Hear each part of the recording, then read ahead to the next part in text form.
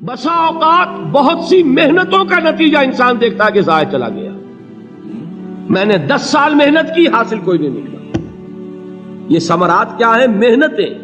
محنتوں کے ثمرات کا ضیاع. کوشش آپ نے کی، قسمت کی خوبی دیکھی ہے، ٹوٹی کہاں کمن، 2-4 ہاتھ جب کے لبے بام رہ گئے. Be prepared. ایک شاعر کے یہ اشعار ہیں، وہ کمیونسٹ تھا، میں نام بھی نہیں لیتا، لیکن یہ کہ یہ اسی انقلابی، چونکہ ان کا بھی ایک انقلابی نظریہ ہے، انقلابی عمل میں یہ سارے مراحل آتے ہیں. کوئی سیٹ بیک آیا، فرض کیجئے کوئی ناکامی ہو گئی، تو اپنے ساتھیوں کو دل بندھانے کے لیے یہ فصل امیدوں کی ہمدم اس بار بھی غارت جائے گی، سب محنت صبحوں شاموں کی اب کے بھی اکارت جائے گی.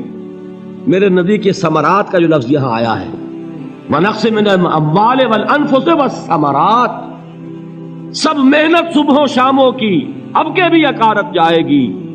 دھرتی کے کونوں کھدروں میں پھر اپنے لہو کی کھاد بھرو، پھر مٹی سینچو اشکوں سے، پھر اگلی رت کی فکر کرو، پھر اگلی رت کی فکر کرو، جب پھر ایک بار اجڑنا ہے. ایک فصل پکی تو بھر پایا، تب تک تو یہی کچھ کرنا ہے. ایک مقصد ہے سامنے، انقلاب برپا کرنا ہے. ایک کوشش ناکام ہو جائے کوئی پرواہ نہیں، نیکسٹ.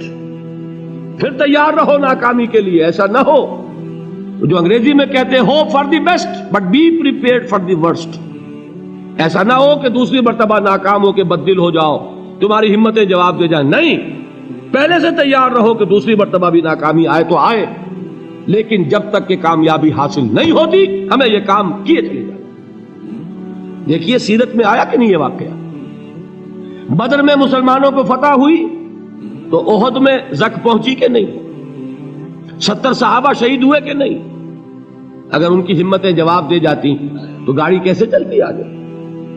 تو فرمایا وَلَنَبْلُوَنَّكُمْ بِشَيْءٍ مِّنَ الْخَوْفِ وَالْجُوعِ وَنَقْصٍ مِّنَ الْأَمْوَالِ وَالْأَنفُسِ وَالثَّمَرَاتِ. ہم تمہیں لازماً آزمائیں گے، خوف کی کیفیت سے، فقر و فاقے کی کیفیت سے، بھوک سے، جان کے نقصان سے، مال کے نقصان سے، محنتوں کے حاصل کے ضائع ہو جانے سے. وَبَشِّرِ الصَّابِرِينَ، اور اے نبی بشارت دیجئے صبر کرنے والوں کو. الَّذِينَ إِذَا أَصَابَتْهُمْ مُصِيبَةٌ، وہ کہ جب ان پر کوئی تکلیف آئے، کوئی مصیبت آئے، کوئی آزمائش آئے، قالوا انا للہ وانا الیہ راجعون، وہ یہ کہیں کہ ہم اللہ ہی کے ہیں، اللہ ہی کی طرف لوٹ جانا ہے. یہ وہی انداز ہے جو میں نے فارسی کا شعر سنایا تھا آپ کو کہ سرے تسلیم خم ہے جو مزاج یار میں آئے. وہ ہمارا مولا ہے، ہمارا آقا ہے. اگر اسے یہی منظور ہے تو ہمیں بھی یہی منظور ہے.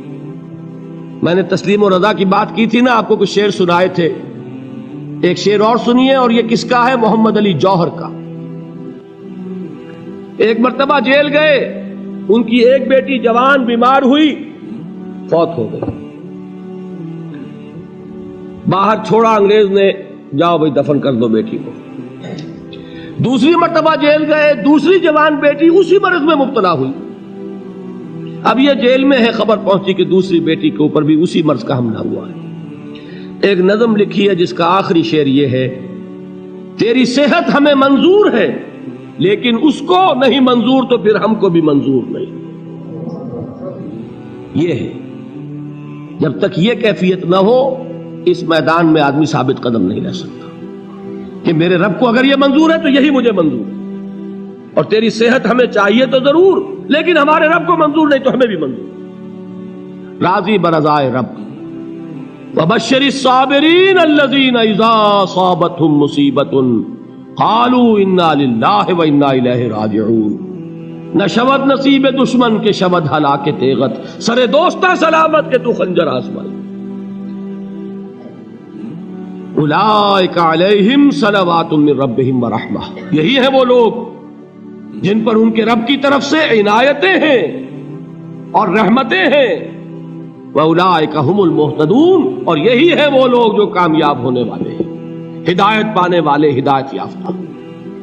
اسی سورہ بقرہ میں ذرا آگے چل کر، یہ تو ہے 20واں رکوع، 19واں رکوع.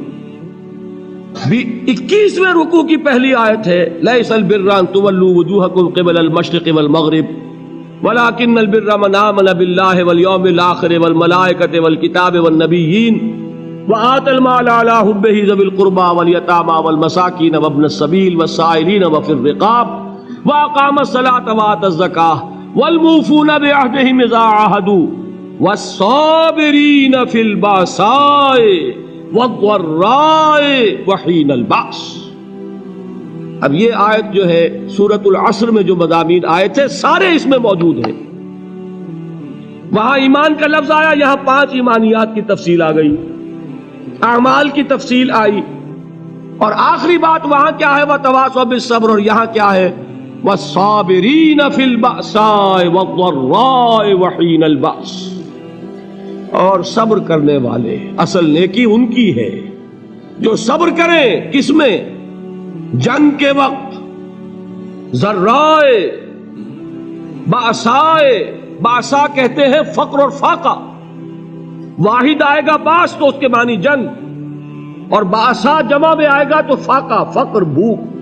اور ذرائے جسمانی تکلیف، ضرر جسمانی تکلیفوں میں صبر کرنے والے، فقر اور فاقے میں صبر کرنے والے، اور جنگ کے وقت صبر کرنے والے. اولئک الذین صدقوا واولئک هم المتقون.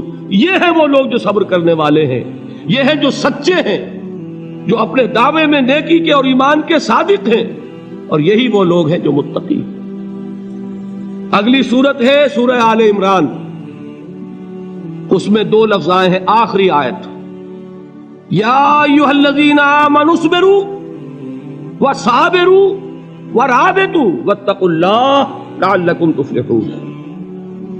دیکھیے یہاں صبر اور صابر جو تعلق جہد اور جہاد کا ہے وہی ہے صبر اور مصابرت. صبر ایک طرفہ عمل ہے، آپ جھیل رہے ہیں، برداشت کر رہے ہیں.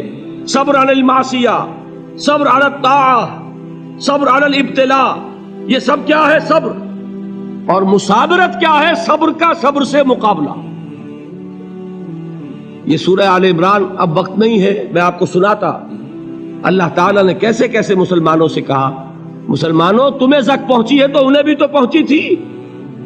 ان کے 70 نہیں مارے گئے تھے بدر میں؟ ان کے حوصلے جو ہیں وہ تو پست نہیں ہوئے، وہ اگلے سال آ گئے تم پر چڑھائی کر کے. تم کیوں اتنا برا مان رہے ہو؟ تمہارے دل اتنے زخمی کیوں ہو گئے؟ تمہیں تکلیف پہنچتی ہے تو انہیں بھی پہنچتی ہے. اپنی غیرت جو ہے ہمیں ذرا اس کا جائزہ لینا چاہیے. لوگ باطل نظریات کے لیے کتنی قربانیاں دے رہے ہیں، لوگ باطل چیزوں کے فروغ کے لیے کتنی محنتیں کر رہے ہیں. جیسا کہ میں نے ابھی کہا تھا، اسی غیرت کو چیلنج کرنے کے لیے، ذرا آپ کی حمیت دینی کو جوش دلانے کے لیے. قادیانی نوجوان کتنی تعداد میں اپنے آپ کو دین کے لیے وقف کرتا ہے، اور آپ کتنے نوجوان ہیں جو اپنے آپ کو دین کے لیے وقف کرتے ہیں، اور وہ کھاتے پیتے گھرانوں کے لوگ. یہ نہیں ہے کہ اگر کوئی اور کام نہیں کر سکتا تو پھر یہ ہے کہ وہ دین کے کام میں لگ جائے. باصلاحیت لوگ، کھاتے پیتے لوگ، ذہنی استعداد رکھنے والے لوگ، اونچے گھرانوں کے لوگ، وہ وقف کریں اپنے آپ کو دین کے لیے.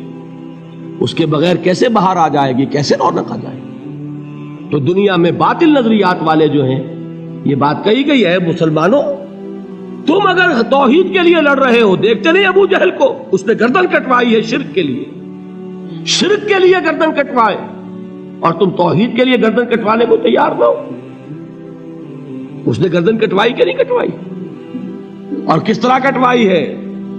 کیونکہ بڑا متکبر قسم کا، فرعون قسم کا شخص تھا. جب گردن کاٹنے لگے تو کہتا ہے ذرا نیچے سے کاٹنا، تاکہ جب تم نیزے کے اوپر چڑھاؤ میرے سر کو تو اونچا نظر آئے، معلوم ہو سردار کا سر. وہ بدبخت مرتے ہوئے بھی جو اس کی کیفیت تھی نا، اس کو ذہن میں رکھیے. تو یہ اس لوگوں نے قربانیاں دی، جانے دی. تو فرمایا اگر تم ان سے زیادہ قربانی نہیں دو گے، جو نوٹ کر لیجئے اس کو، مجرد اگر حق کو غالب کرنا اللہ کے ذمے ہو تو آنے واحد میں غالب کر دے گا، تمہیں تکلیف ہی دینے کی ضرورت نہیں. سمجھ رہے؟ کیا اللہ کے مقابلے میں کوئی باطل کی طاقت ٹھہر سکتی ہے؟ یہ تمہارے ایمان کا امتحان ہے، یہ تمہارے خلوص کی آزمائش ہے، یہ تمہارے امتحان کا ثبوت درکار ہے کہ اللہ تعالیٰ دیکھنا چاہتا ہے تم اس کے لیے اپنی جانیں قربان کرنے کو تیار ہو کہ نہیں، تم اس کے لیے تن من دھن لگانے کو تیار ہو کہ نہیں۔